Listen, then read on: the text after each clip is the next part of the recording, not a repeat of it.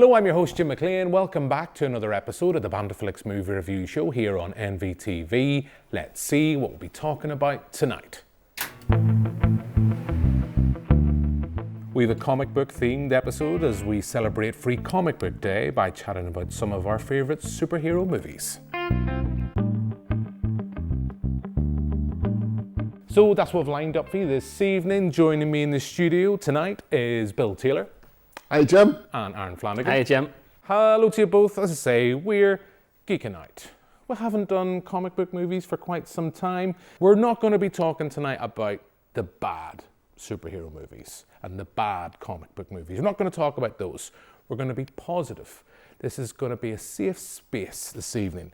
And we're going to be talking about this because it's Free Comic Book Day. And that's, Aaron, why we have you in the show this evening, because you are one of the many comic book stores, not just here in Northern Ireland, not just in the UK, Europe, in the world, the whole world, and who knows, maybe there might be more outside of Earth. I don't know.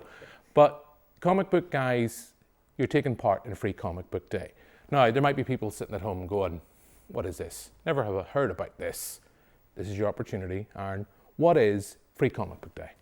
Free Comic Book Day, for me as a retailer, has changed slightly from when I was a fan of comic books. But the most important thing is it's a day for comic lovers, it doesn't matter what age you are, it doesn't matter what gender you are, it's the most inclusive day of the year for comic book fans. And it's a day where if you come down to the store, if you come down to any participating store, but yeah, if you come down to our store, you'll be getting free comics. You'll be in with a chance of getting goodie bags worth hundreds of pounds. There'll be events that we have on. There's cosplay competitions. There's lots of different stuff that we do, but it's a day to celebrate all things comics. So if you think it's like comics for Christmas, it's like Christmas Day, but for comic book fans. So it's a chance where the main big publishers put out books that are specifically only released for Free Comic Book Day. So there's exclusive material and different stories, content that you can only get if you come down to the store to pick those up. So it's a real celebratory day, and as a retailer, it's the biggest day of the year for us because it's a way that we can give back to our customers. So yeah, we get to give out free comic books all day long and put smiles on everybody's faces, hopefully. It's a very, very busy day for us. We generally have people queuing from the night before to get their hands on some of these things. So, because the thing is, whilst we're giving them away for free, there does seem to be a collectible market after the fact now where some of these books can go for £10, £20 on the day. So people, a bit like Record Store Day, people want to get down and they want to get involved. And as I say, there's something for everybody. So definitely try to get down this Saturday, 4th of May, to Comic Book Guys and get some free comics. Yeah, without a doubt. Bill, you and I are both comic book readers, and it happens to be Star Wars Day. Is Comic Book Day a thing for you? Is it something you've been down? Have you dabbled in a little bit of Free Comic Book Day before? Yeah, I mean, I'm a big comic aficionado myself. I mean, I keep getting nice wee care packages from my cousin here. Yeah, we're related. So, you know, I do sort of dabble in and out of comics, have done since I suppose since I got my first paycheck way back in the early 90s. Blew it all on comics one day. But yeah, I mean the Star Wars, yeah, I'll be all over that. I love a bit of Star Wars artwork. So yeah. Well, you might be busy rewatching the various Star Wars episodes because, as we said, it is happening on Star Wars Day as well. But I have my tickets booked for Phantom Menace next week. Yes, well, we talked about that last week with the lovely Danny Brown from the Fight Club NI. He was in cosplay and he was very much celebrating that. So it's pretty much a good weekend. You've got Free Comic Book Day, Star Wars Day. What more would anyone want? And I guess it's an opportunity when we can deliver on that promise, because for this week's show, because of the fact it's Free Comic Book Day, we thought we would lean into our geekier side and we'd talk about each individually our favourite comic book movie, and we'll talk very briefly why. And Aaron, I thought first up we'd go with your choice.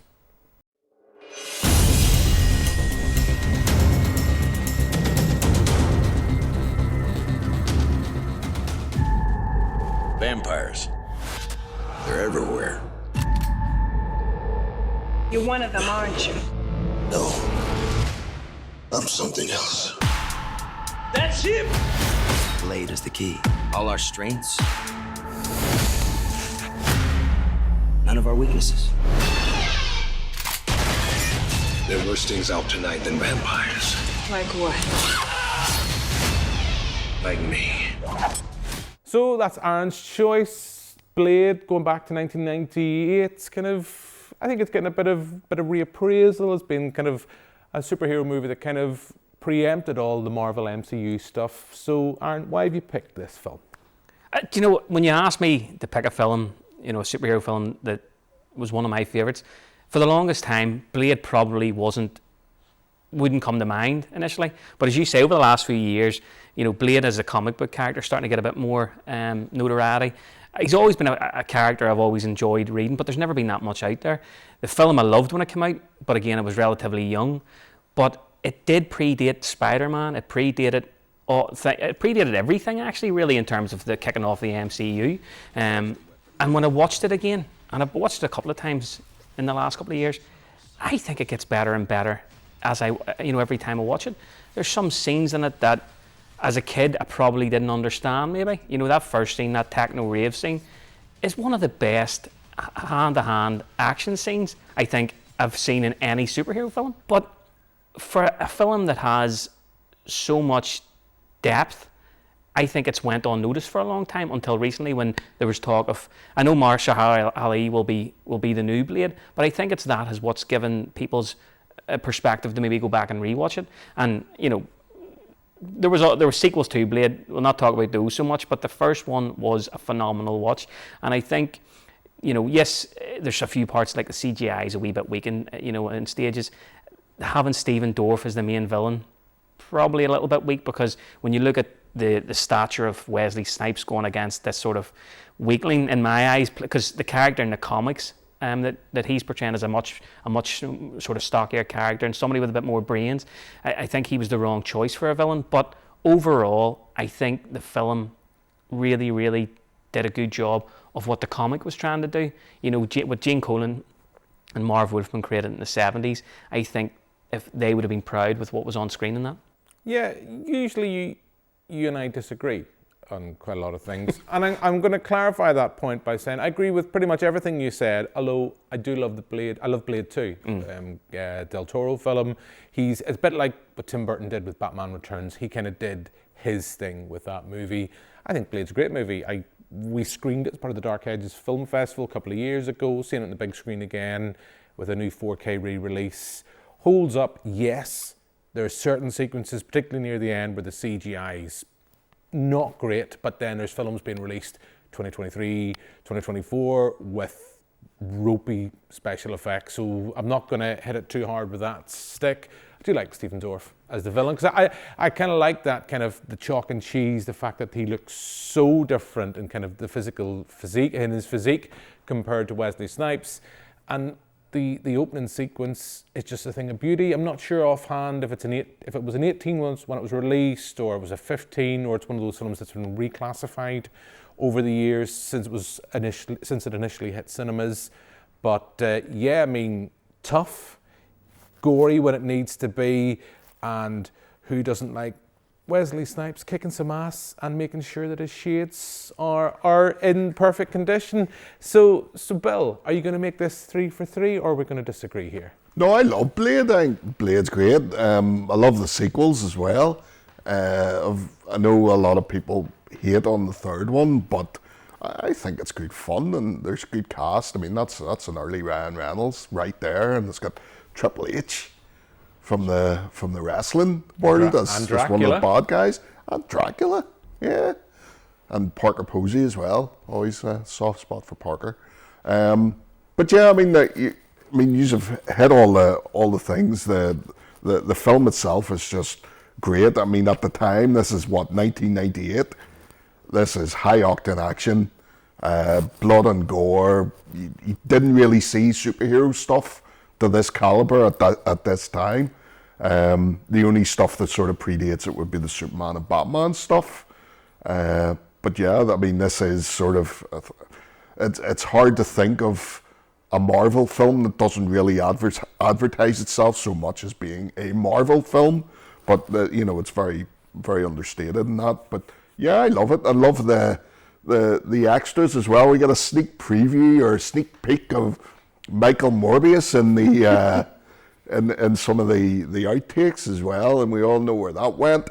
Wah, wah. But anyway, yes, I love it, and I would love to see. Please, please, please, I would love a Wesley Snipes Blade cameo in Deadpool and Wolverine. Well, I know that there's been a lot of rumours and speculation. At this point, everybody, including King Charles and everything, is rumoured to be in this. So we'll wait and see. But yes, that would be nice. I would be very excited to see King Charles popping up So would I. in Deadpool and Wolverine. I think with that, on that flippant note, we will move on and let's talk about your choice, Bill.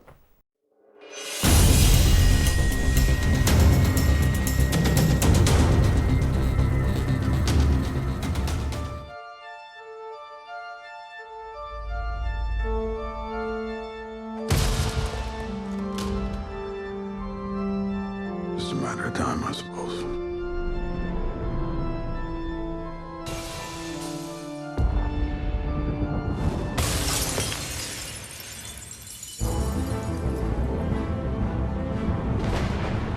Watchmen. One of us died tonight. Somebody knows why. Somebody knows. I heard he'd been working for the government. Maybe it was a political killing. Maybe someone's picking off costumed heroes.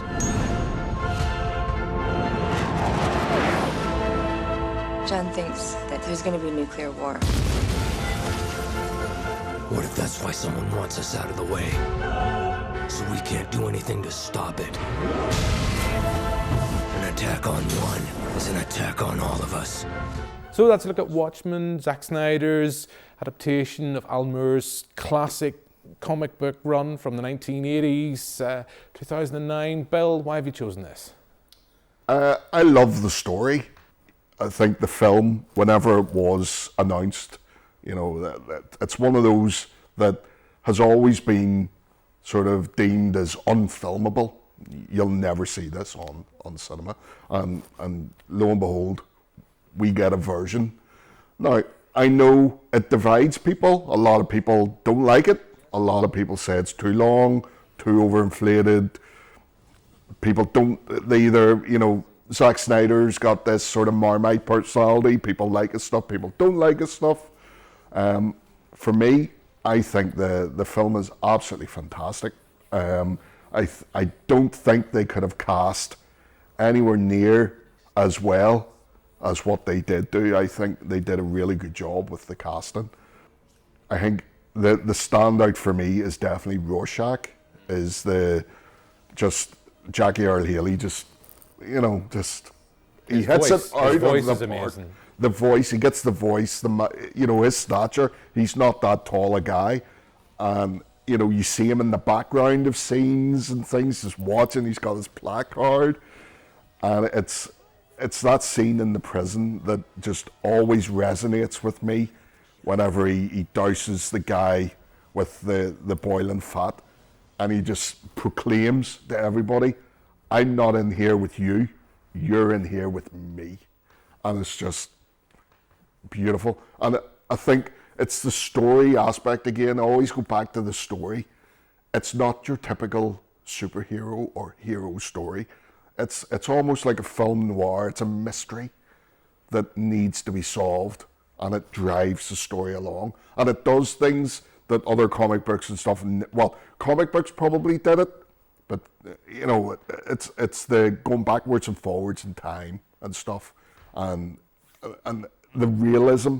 These are broken people. These aren't like Clark Kent with Lois Lane, you know, living the high life in New York. These are broken individuals. They're all mentally scarred, not just physically scarred. And the world around them, they don't recognize the world around them because it's changing at such a pace. And it's just, for me, and again, it's one of those things, as I get older, I think I understand it more. I agree with everything you say about the source material. I absolutely love, like you every so often, I think I might have picked it up from your good selves, Aaron. Every so often I'll find myself picking up, or maybe just flicking through Watchmen. Maybe sometimes I'll sit down and reread it religiously, or I'll just flick through and just maybe read little bits of it, or kind of just looking at the artwork. Movie comes out 2009. You mentioned about Zack Snyder being Marmite. I am not a fan. I have tried, and I take umbrage, and I don't think you're that person, but there just seems to be a group of fans, particularly around DC, that just seem to put Zack Snyder on a pedestal that I don't get. And I know with this, there's kind of changes to the source material as well in terms of the finale. Something I never thought I would find myself saying is the TV series that was out a couple of years ago, I think fantastic, by Damien Lindelof, who is not a screenwriter I love. I thought that was fantastic. And again, we talked earlier on about Blade being something for us now as supposed adults.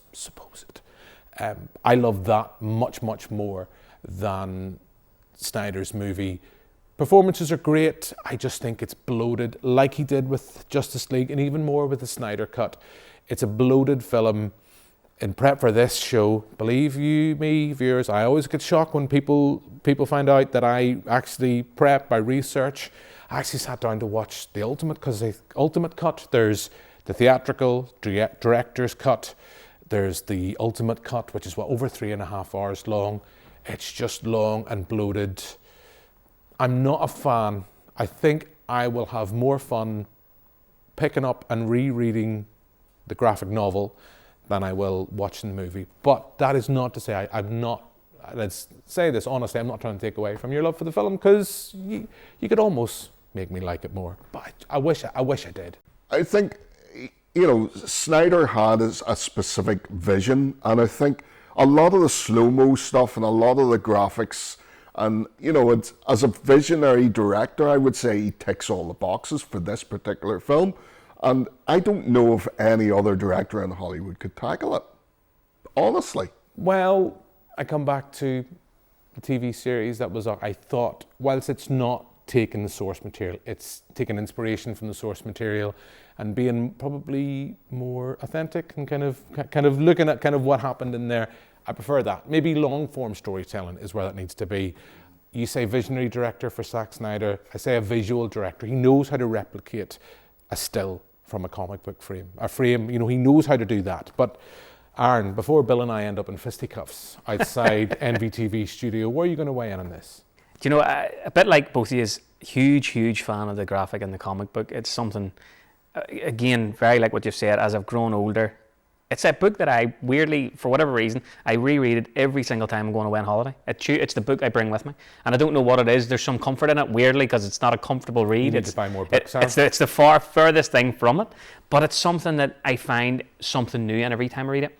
But I was glad I got to rewatch the film, because I don't think I've rewatched it too many times since it was first out.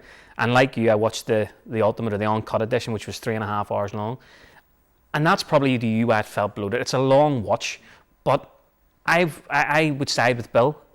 I think as a comic book fan, you're saying that it's almost problematic that he knows how to lift a still from a comic book and put it on screen.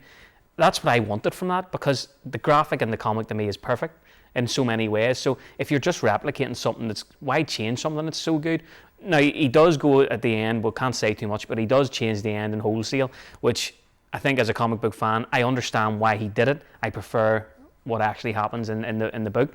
But from a watching approach, there was so much to love about it. I think, the slow-mo scenes work for this. The music that goes along with, especially that scene with the comedian at the start, the times are a change, I think, is playing over it, and it's just a phenomenal score.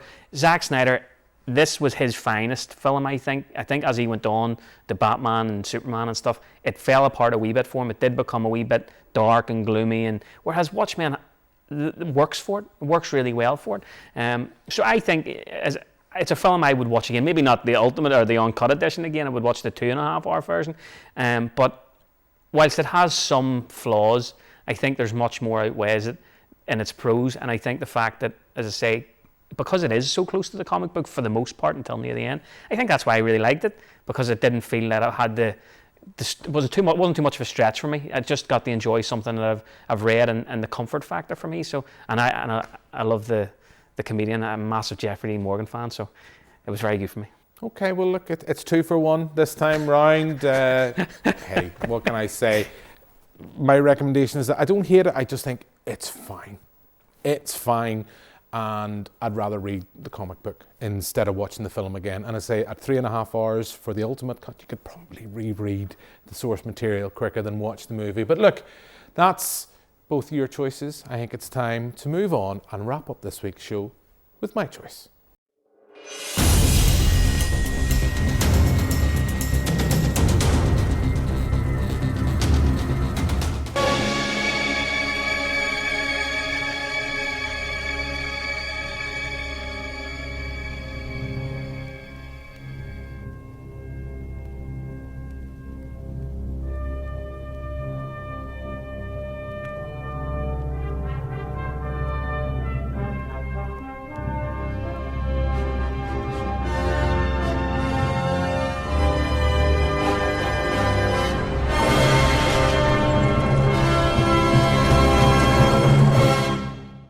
So that's a look at Superman 2, more importantly, Superman 2, the Donner Cut. It was released to mark the film's 25th anniversary. I'm a massive fan of both the first Superman movie and this, and there's something about Superman 2 is ingrained on my head. It's when we talk about Ghostbusters, you've got that, the nostalgia. I have this for this tenfold, and maybe, just maybe, I might have had a little bit of a crush on Sarah Douglas. Says more about me when I was younger than anything, and it explains a lot about me now. I love this film, and actually in prep for the TV show, I didn't rewatch the Donner version. I actually went back and watched the theatrical Richard Lester version, which is weird because it's like watching a very different film. It's much more comedic. Donner is this brilliant filmmaker, God rest him. I was a huge fan of Richard Donner. We were able to reach out to him. He did an introduction for our Superman screening back in 2018. We'll maybe play that near the end of the show. But great hard-boiled director that can move within genres. He just broke the rules. He set the framework or the benchmark for the modern superhero movie with Superman back in '78. It was largely shot back to back with this and the sequel. Unfortunately, he was sacked with disagreements. Richard Lester came in. He added a lot more comedy to the film, which I don't think works. But Terence Stamp, Christopher Reeve, Gene Hackman, you couldn't ask for more. Yes, before either of you try to gang up on me, I accept completely that a film that was out in 1980, visually, some of the special effects, we were talking about Blade earlier on, some of the special effects have dated. But I still think, when I think of Superman on screen, it's always going to be Christopher Reeve. Henry Cavill, as much as I loved him, he was never had that special place in my heart. So I love this, and you can say whatever you want. Bill, I wasn't too kind about Watchmen. Where are you going to weigh in on Superman 2? It's all right. I always preferred the third one because Richard Pryor was in it, and that freaky woman that turned into a robot that gave me nightmares forever. Stop looking at me like that. Yeah, it's all right. I do like it. I'm not too sure. I can't actually remember if I've seen the Donner Cut. I can't remember, so I can't really distinguish between the two. But the things, you're absolutely right. Terence Stamp he's great as Zod, absolutely great. And Sarah Douglas, you mentioned Sarah Douglas, yes, she was actually in Babylon 5 as well. Nice wee throwaway there. But yeah, it's a great film. The only thing I really don't like about Superman 2 is the plastic thing he throws out of his ass. What is that? Is that biodegradable? What's going on? He's Superman, Bill. He can do whatever he wants. If But he wants to shouldn't be throw a able big... to throw a plastic bag out of his chest. Bill, if he's That gonna- is ridiculous. If Superman wants to do it, are you going to try and stop him? Probably not. I'm not going to be You're able to stop him unless I've got a pocket full of kryptonite. You're not going to be able to stop him. Boom. He stopped. But yeah, Aaron, you're probably the youngest out of all of us here in the studio this evening. Superman 2, are you a fan? You're right, it was a wee bit before my time, so I don't have maybe the nostalgia trip that you would have for it. However, I do agree with, whilst a lot of the graphics and CGI is dated, the themes in the film are timeless. You know, it's a film that, when you think of Superman and the portrayals of Superman, Christopher Reeves is by far and away, he is, when I think of him in my head, and as I say, he wasn't my Superman, because that's, you know, he wasn't my Superman as I was growing up as a kid. He's the person I think about. When I'm reading the comic books, he's the person I think about. He is the person who has embodied the character of Superman better than anybody. And I think the Donner version is better than the Richard Lester version, because, as you say, I quite didn't mind the comedic elements. I actually thought that campiness and over the top worked in certain respects, because it almost felt like a modern Marvel or DC film, what they were trying to do. But Donner's version is so true to the comic book version of Superman. You know, he's a divided man who wants to do right by Lois, but knows he has to save the world. He's a man who loves humanity more than he loves the idea of, you know, he is a broken man, and that's, I think, what Donner gets across perfectly in that cut. I'll be honest, before you had asked, I hadn't watched that version before. I'd only ever seen the theatrical release, so that's all I could go on. It is up there for me. It's not necessarily something I would have thought. If you had asked me, pick one of your favourite films, certainly when it came to Superman, it's not one I would have picked, but having watched it again, I can understand why there's a nostalgia trip for it, for sure. Yeah, I'm a massive fan. As I say, everything you said, I think the Donner version, it's a much truer love story. Love it, yeah, just the fight sequence, even just in Metropolis. Again, in the Donner version, it's played straight. There's less the comedic stuff. And in terms of comparison, just because you mentioned Superman 3, when you see the opening of that film, that great big kind of classic kind of silent movie comedy sequence, there's where you see Richard Lester coming in and doing his thing, as opposed to Richard Donner. And we mentioned at the start that Richard Donner, we reached out to him for our screening here at Banterflix in 2018 to celebrate the 40th anniversary of the original Superman.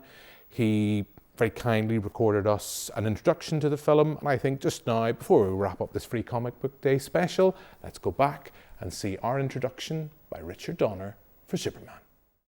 Hey everybody there in Belfast. Actually, that's what I'm from. Is that Scottish or Irish? I don't know. Hey, anyway, I'm sorry I can't be with you, but I'm excited that you guys are running the movie. It's been 40 years. A lot of time's passed under the bridge.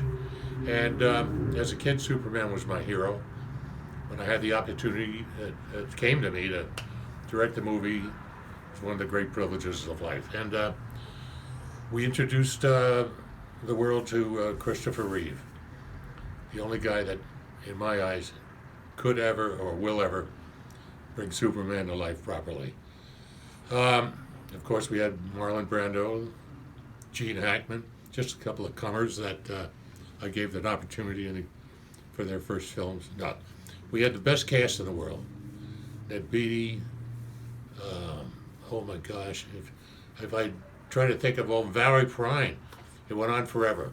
Great performers. And now I can't believe that it's 40 years.